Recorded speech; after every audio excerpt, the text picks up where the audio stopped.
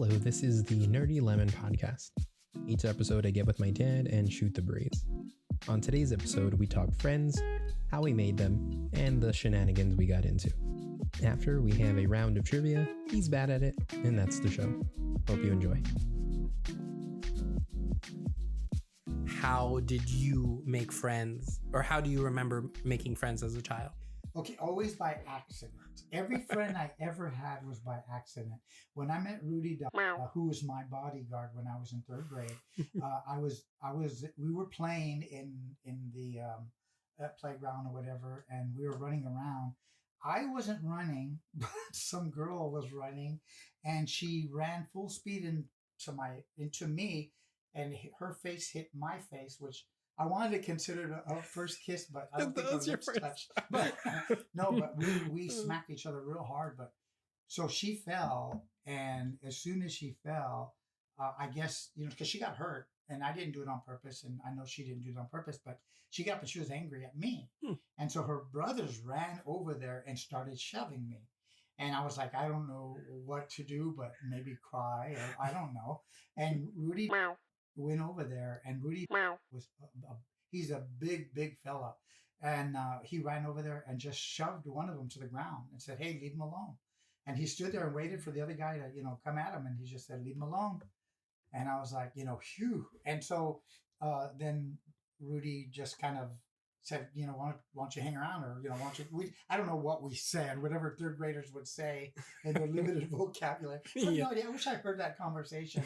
But I was walking with him, and then after that we would hang around together, and he introduced me to Mike Gonzalez. When I first met Mike Gonzalez, me and Rudy were walking, and they used to have these portables, and the portables were lifted. They were up on cinder block. And so we were walking by one, and there was this kid under the building, and he was on his stomach, and he was writing. And it was Mike Gonzalez, who later he wrote a lot of songs. He wrote, and they were mostly for himself or local bands or whatever. But he was writing, and that's when Rudy he introduced me to him, and I asked him, "What are you writing?" And he goes, "I'm writing it's a novel." And to me, like, this is ahead of your time at third grade even, but it was a series on the life of Godzilla. And basically, I don't know if it was pre, him coming and was it like slice of life Godzilla? Yeah, well, it was kind of like his story about, but he said it was a novel based on, Godzilla. And when you're third grade, this guy was smarter than me, and he maybe knew maybe 4 more words than I did. So and the fact that he was writing, but it really impressed me. I thought that was so cool. Yeah. And after that, it was like we were inseparable. Me and him and Rudy as well. Even when I had my first, when I had all 3 of my children when they were babies, they were still we would still keep in touch, and until Mike's death, and then Rudy, I just lost contact with him. He got married, had kids, and went his way. But yeah, that's pretty much. We used to call him FM. FM. Why FM? So there's a song by Steely Dan called FM. And in it, because FM is always where the cool music was. Oh. And in one of the lyrics in there, it would say, FM, no static at all. And I told him it was because there's no static. You're a good guy, and everybody likes you. He was then unofficially known, just a really cool guy. But I think in a lot of ways, he definitely helped me to appreciate music. One of my favorite stories was, I used to go over to Mike's house and listen to music, and he would go all over the board. And one time we're sitting there and we're drinking beer and just talking or whatever, and we're playing music. And he lived in the King William district, an apartment there. And there was a knock on the door, and it was this guy who really, he looked like to me like a Southside wino, just a skinny, frail man. And he's like, "Hey, Mike, what's up?" And he's like, "Hey, what's up?" Whatever his name is. And he goes, "Come on in." And I didn't know who this guy was. And he looks at me and goes, "Hey, what's up?" And then he comes and he goes, "Hey, can you do me a favor?" And he's like, "Yeah, what's up?" And he goes, "Could you play the Osmonds Down by the Lazy River?" Down by the Lazy River. And that's all that I know. But the guy comes in and he says, "Could you play Down by the Lazy River?" And I'm thinking to myself, I do not want to hear that song. It's going to totally break the mood, right? And so he's like, "Yeah, sure." And so Mike has this gigantic collection of albums, and he starts flipping through there, and he pulls it out. It's on the LP, It's on a record. Puts it on Lazy River, and he plays it, and I am so blown away because he has good speakers or whatever, and I'm blown away by this song because Donny Osmond, he's got this, like, he's really pushing his vocals to the limit, and they're really trying to make this good song, right? And anyway, I was like, whoa, that was actually pretty awesome, right? So the song ends, and the guy goes, "Would you mind if we heard it one more time?" And I was like, "No, I don't." Mike played it one more time, and after it was done, that guy gets up, shakes Mike's hand, and he leaves. And I never saw that guy again. And it was funny because I remember whenever we would refer to Mike, it was always as he was the guy who was friend to the friendless. Mm. And just a really, really sweet guy. His roommate, we called him Shorty Dave. I never knew what his real name was. These names are terrible. Well, with Shorty Dave, he was like I said, I never knew what he was actually at one time a homeless guy who would ride his bike and he would live under bridges or whatever. But he became Mike's roommate. And I don't know if he paid rent or what the deal was there, but there was a 2-bedroom. And the guy, he would leave and I guess come back but he would hang with us, but he would whistle all the time. I guess on the South Side, if you go back way to the 70s, everybody in their neighborhood had a guy who would ride his bike and whistle. But when we were little kids, we had one. His name, we called him Birdie. I don't know who he was, but everybody Birdie. Called him See, Birdie. That's a good nickname. Yeah, because he would whistle when he would drive around on his bike. So I'm sure that other people in the South Side had stories like this, where there were men that would ride their bikes and whistle. Well, Shorty Dave was that guy, but in the King William district. Oh. And it was and he was a three-wheel bike. I'm gonna chase that's a tricycle. Going back to what? Tricycle Dave. Tricycle Dave, yeah. Or Whistler Dave. Yeah, Birdie Dave. Yeah. Birdman. I can't remember his name. Shorty Dave. Shorty Dave. Okay, so Shorty Dave was his roommate, a very strange guy. So he had it was this giant boom box that was taped with like silver tape to his bike, like us, and it wasn't even, there was no lock on it or whatever, but that's how it was affixed to his bike. But he always brought his bike in at the end of the day, but he would listen to music, and it was never loud, and he would always tell me hi, but we would not have deep conversations like me and Mike, but yet him and Mike would talk all the time, so anyway, I was never close to Shorty Dave, but Mike that was to me a perfect example of being friend to the friendless. Victor, we won't go by his last name because he may still be around. So the first day in Victor, I met him in sixth grade. I met him in sixth grade, Terra Wells Middle School. I met him in sixth grade. He was the class clown, but with a vengeance. I mean, he was just uber silly, and his thing was he would do anything on a dare, and he was more than happy to do anything on a dare. And when I first met him and I found out who he was, I was more there watching than I wouldn't participate. I was part of the audience, and so it was him and another guy named Roland and Randall, which he moved away after Terra Wells Middle School, but I like Randall. He was a good guy. And so we would hang around together and do stupid stuff. One time, Victor, when I went to middle school, it was like in the I guess the late 70s. Was it the late 70s? Could have been. Anyway, it was way back when. And back then you had to button your top button at school. You had to button your top button. And so that was in the rule book, right? So Victor kept his handy because one time he walked into class and he waited, of course, to be the last one in because everybody's sitting at his chair. And if you knew Victor, anybody that talks about him, he had this walk. He was real tall and lanky, and he would kind of, just kind of sway his shoulders walking in like he was Mr. Cool. But at the same time, he also knew that he looked like an idiot. And he came in and his top button was buttoned, but all the rest of them were open, and his stomach was sticking out. And he was a skinny guy, but it was just that he had his shirt open. And so our teacher, I cannot remember her name, but she was a sweetheart, but she says, "Victor," and she goes, "Button your shirt." And he takes out the manual from his back pocket and throws it on the table and tells her, "You show me in there where it says I have to button all of my buttons. It says that the top button has to be buttoned." And she goes, "You know what, Victor, if you want to look like an idiot through class, feel free, go sit down." And so she just let him, and he stayed that way. That's who he was. But anyway, and I think we all have people like that. I was always very, very timid.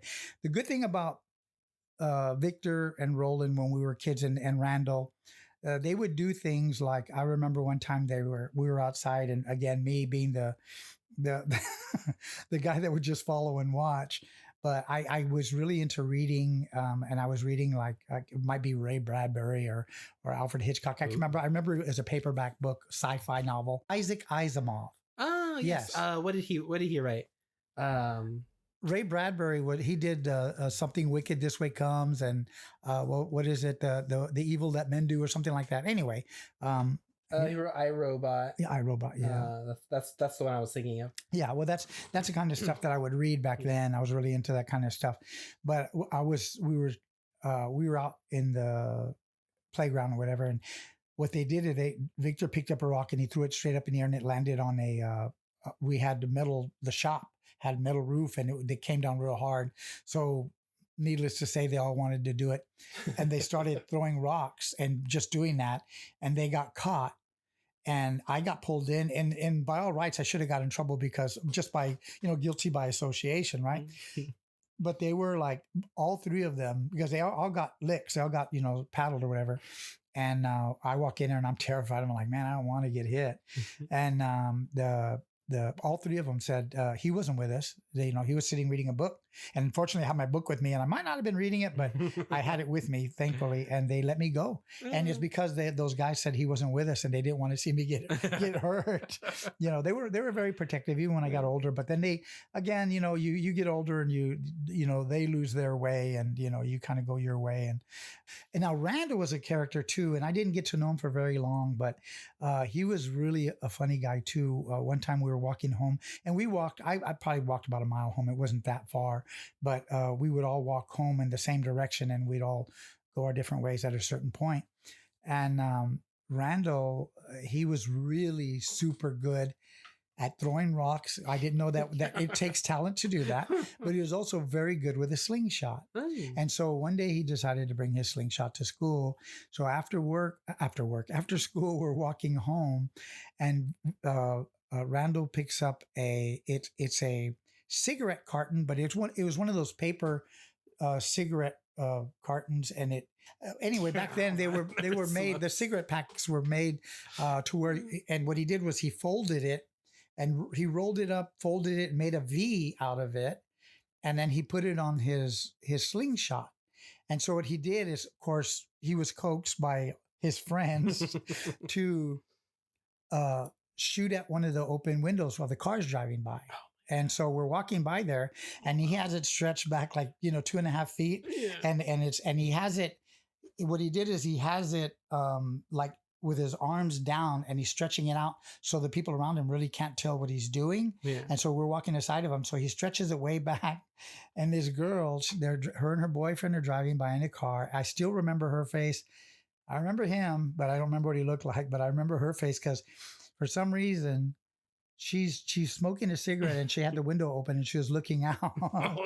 And he let it go. And it is funny because when he let it go, her eyes made contact with him as soon as he let it go, but it hit her face, and that cigarette, it just exploded, right? And so the guy pulled over, got out, and he ran full speed. And I remember Randall was a kid, and we were in middle school, and this guy might have been a high school kid, maybe even after that. I don't know. He might have been not even in school because he was older, but he ran, and I've never seen so a kid run that fast in my entire life. But it was funny because he was like yelling, and he was doing one of these things that the guy it was almost like watching like a monkey trying to get away from a cheetah, but he would do these stops, and they were just sudden stops, and then he would run like in this opposite direction because he was trying to figure, but he got away. He got away. He got away from this guy. But and what did y'all do? We didn't do anything because we just kind of backed away like we didn't know who he was, and we stopped, and she just looked, and she saw it coming, and it hit her in the mouth, and then we acted like nothing, but he ran. He ran. That first thing he did is ran because he saw the guy pulling over, and we just kept walking like, hey, we don't know this dude. But anyway, so that was Randall. And still, I was never the bad kid. I mean, I was too afraid. And then plus my dad, if he got a hold of us and we did something like that, it was we were going to pay dearly. So I had a fear of getting in trouble, but I liked watching it. It was fun, like a movie. That's funny because I was also the same way. I wonder if that's kind of nurture versus nature. Yeah. Because I was always I was scared of everything as a child. Yeah. I mean, you remember when we were at Barnes and Noble and there was like a reading and a costume. Man. It was like Roger Rabbit or something. Or not Roger Rabbit. It was Peter Cottontail, and what it was Peter. It wasn't Easter, but they were going to read. It was a children's reading, and it was so funny because the lady was so sweet. She looked like a third grade teacher or whatever. I know it happens. Yeah, and so we were sitting, and you were so little, and you were so happy, and then they're going to read Peter Cottontail. And Peter Rabbit. I mean, it wasn't Peter Cottontail. What's Peter Cottontail? Peter Cottontail is a song. Here comes Peter Cottontail hopping down the bunny trail. It might have been an Easter song. I don't know, but Peter Rabbit was a story about a rabbit or whatever. So the lady said when she reads it that Peter Rabbit is going to be here, and then she pulls out a carrot, and the carrot's about 1.5 feet long, and then she goes, "Who wants to hide the carrot from?" And you raised your hand, but what she wanted was for us to hide the carrot until he came, and then you were going to give it to him, right? And I'm thinking like that's a big carrot, and I'm thinking you're probably thinking the same thing, like, "Wow, that's a big carrot," but you're more than happy to hide it. But little did you know that the rabbit corresponded with the carrot. It was a gigantic 6-foot man in a bunny costume. And all we see, it was like, you could almost hear like the thundering hooves of his feet. And you could see the ears like behind the books coming. And when he came in, man, you jumped up and you didn't even hand it back to the lady. You threw it as hard as you could. And you were like, "Let's leave, Dad." And we had to get out of there. I remember but it was so funny. scared. You were terrified. But the funny thing, it was funny for some reason, because when Star Wars came out, when Jar Jar Binks came out, you couldn't go into the bookstore and walk. The cardboard cutout of Jar Jar Binks would terrify me, and which I understand. I wasn't a big fan of him, but you were terrified of that. But the bunny one, I just remembered because it was so funny, and I was like, and I didn't think you were going to get scared, but when you saw it, all I see is a carrot go flying. It's like, "Let's go, Dad." It's like like a piece of meat and trying to throw it to distract a dinosaur and go that way. But I don't even remember what the lady did, but I'm sure she was like, "Okay, now we got to start over and find somebody else to hide it." This dumb kid. Yeah, because there was probably another more willing participant that really wanted to do it. I know. But anyway, that was funny. I remember. I don't know when I got over it, but I used to have a fear of people in costumes. Oh, I don't really? know why. Yeah. I mean, that's understandable because it's not. And so, usually as a kid, you see something. And again, that's how come, see these stupid videos of people with their masks on carrying 3-year-olds or whatever. To me, that makes no sense. It's silly. But that's kind of the same thing. You see something that looks like, when they say Peter Cottontail, you figure it's a little fluffy little. But then anyway, but yeah, that was. Man. So let me ask you though, do you remember your very first friend? I don't remember my very first friend. I remember, I'm trying to think hard. I had friends in high school that were like, I knew them since middle school. Right. But they weren't my first friends. Catherine. I thought Catherine was like your first friend. Duh. Yeah. Yeah. I think she was probably your first friend, right? Would have been my very first friend. Yeah. And it's funny because you guys always got together, and it was not like a cutesy little couple thing, which was creepy. But I never thought she was pretty. No, she was just as a kid. Your friend. Yeah, she was my friend. She was your buddy. This is, when you're a kid. You guys got along like really super well for such a long time. But yeah, so I know Catherine was a friend of yours for a long time. And it was always fun because we were just. I don't know why I forget that stuff. Yeah. Probably because I don't talk to them anymore. Yeah. But like me and Catherine were just like, this was like rambunctious little kids. Yeah. Like that's what we were. Yeah. And it's just, it's really weird because I wasn't like that at all when I got into like a little bit older. I was just, I was an indoor child. Yeah. I was not an outdoor child. Yeah. Well, I mean, I think all of y'all pretty much work. The other thing is, I don't remember having a lot of friends when I was in school. I was always a very shy child. The friends that I made were people who would go out of their way to like talk to me. Yeah. And usually those were the kids who bullied me. Yeah. And so I had a lot of bullying when I was in elementary school. Really? Yeah, a lot of bullying. I didn't know that. But it wasn't until I got into high school. I'm sorry, did I say elementary? Elementary school is not so much. Middle school was horrible. Middle school is terrible. High school is when I learned how to deal with mean people. And I was just always, I would kind of like laugh it off. Yeah. And I would try and be friendly. Yeah. And so like when people were kind of like mean to you or trying to tease you and you kind of go along with it, they're not going to be the people who like continue making fun of you. Right. They'll kind of move on. Yeah. And so I learned how to do that. And because of that, I always just kind of got along with everybody. Yeah. And what also helped is I drew. I like to draw. And so People like that. for some reason, yeah. In high school, people were always willing to be nice to you. So I was always friends with kind of everybody. Yeah. I only had one really close friend when I was in high school. His name was Maximo. And we were just kind of like buds all throughout high school. But that was pretty much it. I was always kind of to myself.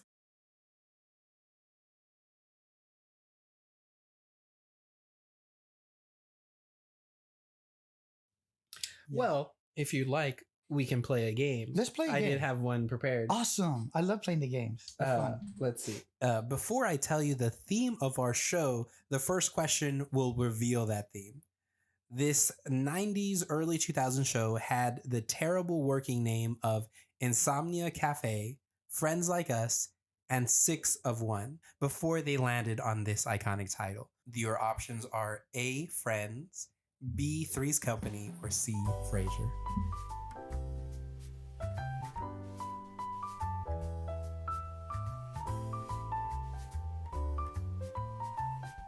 I was going to say Monk, but I'm guessing that's wrong. We'll go with Friends. There you go. Ding, ding, ding. So because we were talking about Friends, Right. I thought it would be appropriate that we talk about the show. Friends. Oh, Friends. Man. Well, yeah, bringing on. I'll be there for you. Actually, I wrote this back when Matthew Perry first died. Oh. So this is like way old. Yeah. Yeah, because I had Friends on the mind. Well, Sure. I'm happy to say that I don't really know a lot about Friends. I've seen it, but I guess like anything else, because most sitcoms are predictable, and you could see the jokes coming, 12 miles down the road.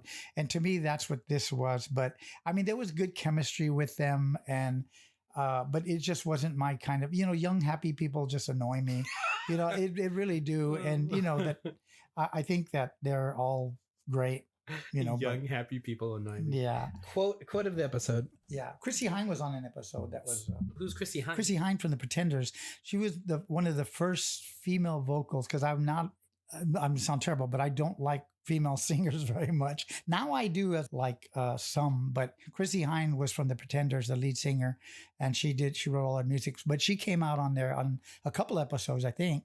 And that I really enjoyed those because I think she's pretty cool. Chrissy Hine. I really want to know who this is. Let me see. Oh yeah. You said she was in The Pretenders? Yeah, The Pretenders. And the song "Don't Get Me Wrong." Oh my goodness gracious! Her songs are incredible, and she's almost. It's not quite punk, but it's just really, really good, in your face rock music. But that song "Don't Get Me Wrong" is probably my favorite, and when I hear it, it brightens my day. Yeah, it's a really good song. But I want to know who she was in Friends. One of their the shows with The Pretenders, Phoebe comes on their show and they sing "Smelly Cat." They sing it to the audience. They play it. It's somewhere on YouTube, I think. Chrissy Hine singing "Smelly Cat."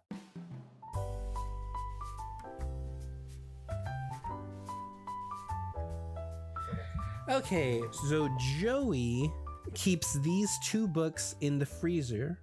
One is The Shining, and the other is A, Green Eggs and Ham, B, Little Women, C, Jurassic Park. Man, I have no idea, but I mean, he's a simpleton, so I'm going to go with Green Eggs and Ham. Simpleton. I'm going to Green Eggs and Ham. Green Eggs and Ham. Okay, Green Eggs and Ham. So the answer was Little Women. Really? So he's reading he puts The Shining inside of the freezer because it scares him. And in Little Women, there's a scene where I can't remember which sister. One of the sisters is dying, and instead of reading the book, he puts the book in the freezer because it's making him sad. And Rachel convinces him to put it in the freezer. Now you know why I don't know. I wasn't a big fan. You of said it was predictable. You couldn't predict that. Well, no. Well, only because sometimes, stupidity isn't predictable. So. Yeah. Okay. What are the 3 MCU actors that show up in Friends?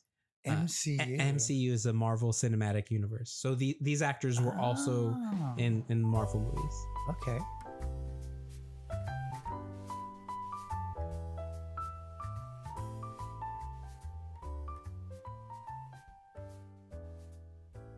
I could almost guess before you even tell me the question. Oh, let's even guess it. What's his name? The guy that was Wolverine. I would think he would be in there. I know Tom Selleck was, or is that the wrong? Tom Selleck was never in. Yeah, he was. He was dating. No, he was in Friends. Yeah, but he wasn't in a Marvel. He wasn't in a Marvel movie. I'm just saying. I figured if there's a handsome guy in there, it's got to be who would Tom Selleck play in a Marvel movie? Tom Selleck? Who would he play? Who would he? I think he would be like a good Mr. Fantastic. Oh, right? okay, yeah. I think so. Like an older Mr. Fantastic. Yeah. He's a million years old now. Yeah, he is now. That's true. Well, they made Reed look because he had white hair. He had those little. I don't know if that's from stress or what. Oh, anyway, so go ahead and ask the. Okay. Okay, so the other who was the other one? You said Hugh Jackman. Hugh Jackman was never in Friends, was he? No, I don't know. That's what I thought. Hugh That Jackman was okay, I don't know. And also, technically, he's not in the MCU.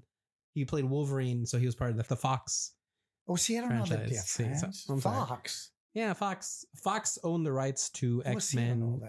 I don't get that involved. I'm a big nerd. Actually, I started reading X-Men Ultimates. I think you would really enjoy it if you wanted to read. You wouldn't read comics? Well, I read comics. They have really good artwork. You know what? That's what I was telling you. So X-Men, okay, going back, we're talking about Friends again, just real quick. Yeah.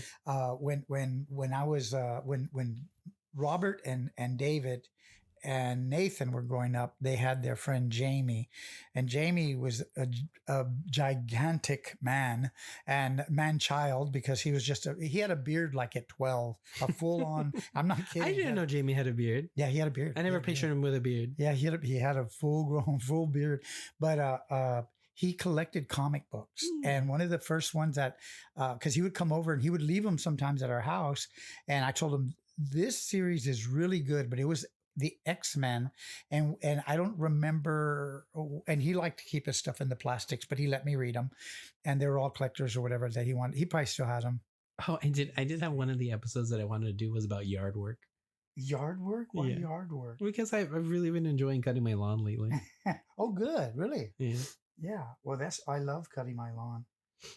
There's dangers involved too. That's almost like knocked myself out. Well, I almost did. I hit myself in the head with trying to pull a big giant concrete block out with those big old breaker poles. Man, that hurts so much. Oh my god. Okay, so the question was, what 3 MCU actors showed up in Friends?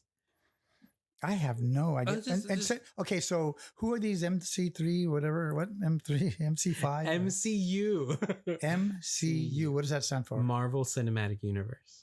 Now, who's? So just think of actors that would have shown up in Friends and would have shown up in in Marvel movies. And you're saying Marvel movies? That would be like from Iron Man onward. Oh, okay, those ones. Yeah. Oh, and then for sure, I would say, I'll give you my 3 before you say yes or no. Okay. So for sure, I would say, because he was trying to make a comeback, I'm guessing in those years, is the guy who played Iron Man. What's his name? Robert Downey Jr. Okay, Robert Downey Jr. Let's see. And then I would say for sure the guy that played Sandman. I think he might have been in there. Okay. We have to look up his name. Yeah. But he's a good actor. That guy, I've seen him in other stuff. So I'm just guessing because he seems like he'd be like around at that time. And then the last one, let's go ahead and go with, because I was thinking, what's his name? What's in your wallet? What's his name? Why am I Samuel L. Jackson? Samuel L. Jackson. No, he wouldn't. No, I don't think who would he ever? No, Friends was notorious to never having black people. They barely got to the brown. one of them had a black girlfriend for a little while. Yeah. And to me, that was so. I'm surprised you could recall that. Well, the only reason why I did is because it was like, girl, you stick out like a sore thumb. Because in everywhere, it doesn't matter if it's on the street or wherever, there was never any color in that show. Okay, so the last one I would have to say, because that Fantastic Four is not those guys. It's not. I mean, they are in the universe now, and they're gonna have a movie. But oh, really? Yeah, that one looks good. Actually, I've seen the preview to that. They're actually good actors in there. Okay, so I'm gonna say Toby. What's his name? The one who plays Spider-Man. Tobey Maguire. Yeah, those are my three. None of them were in. Oh, really? No, okay, none of them. It was only three. Okay. It was Jeff Goldblum. Oh, really? Yeah, he plays what? The bad guy. He plays the bad guy in yeah, he was the Grandmaster in Ragnarok. Yeah, yes, I love him in that. But in I didn't know he was in Friends. He plays like a theater guy that Joey has to work with. He's like a director or something, or a producer. I can't remember. Interesting. I didn't know that. And that was the name of the episode, was the one with the mugging. For our listeners. Then the next one was Jon Favreau. He was Monica's boyfriend. He was like a billionaire. She had like 1,000 boyfriends. She did have 1,000 boyfriends, but he was like a billionaire or a millionaire. I don't know. What did he play in the? He's in the Iron Man movies. He was Happy Hogan. He's Iron Man's little friend. Happy Hogan. Happy Hogan is his name. I don't remember that guy. Yeah, he's also he directed a bunch of the. Oh, I know what you're talking about. Yeah, because he's always like in regular clothes. Yeah, right? yeah. He's not a superhero. He's a cool guy. Yeah, he's a cool guy. Okay, yeah, I like him. And then the last one was kind of the obvious one. I'm sure everybody listening was like shouting it at their phone. Well, no, they wouldn't, because they know his man. They're like, he won't get it. He's not gonna. It was Paul Rudd. Paul Rudd was Ant-Man, and he was Phoebe's boyfriend at the very end. I thought Paul Rudd, and I thought, that's because I thought he was like, he would be too young then. No, he was. Wow. He came up in the last season. Oh, he was Phoebe's boyfriend. Okay. Interesting. Yeah, because he was off the board completely, because I was trying to go for older ones, and Paul Rudd seemed a little bit too young. Well, interesting. Well, I got them all wrong. That's nice. So what do we do now? Sing? Now we can sing. I'll be there for. No. I'll be there. No, I won't do that. Thank you so much for coming on. Thank you. Yeah. Thank you. Love you too. We'll see you. We'll do this again. Again. Hopefully you can get other people, but people don't always want to hear me, Keith. But I enjoyed it very much. You know what? Our episodes are the most listened to episodes than all my other ones. Nice. Must be my sultry voice. It's my hot dad. Nastiness. And that was the show. Thanks for listening. You can find our Instagram at @thenerdlemon. You can also find my dad and his artwork also on Instagram at side_of_jello. You can also find our social media deets in the show notes. Want to support the show? Help it grow. Tell a friend, like, and subscribe wherever you find us. I could have tinkled, a mile ago and just walked home in shame.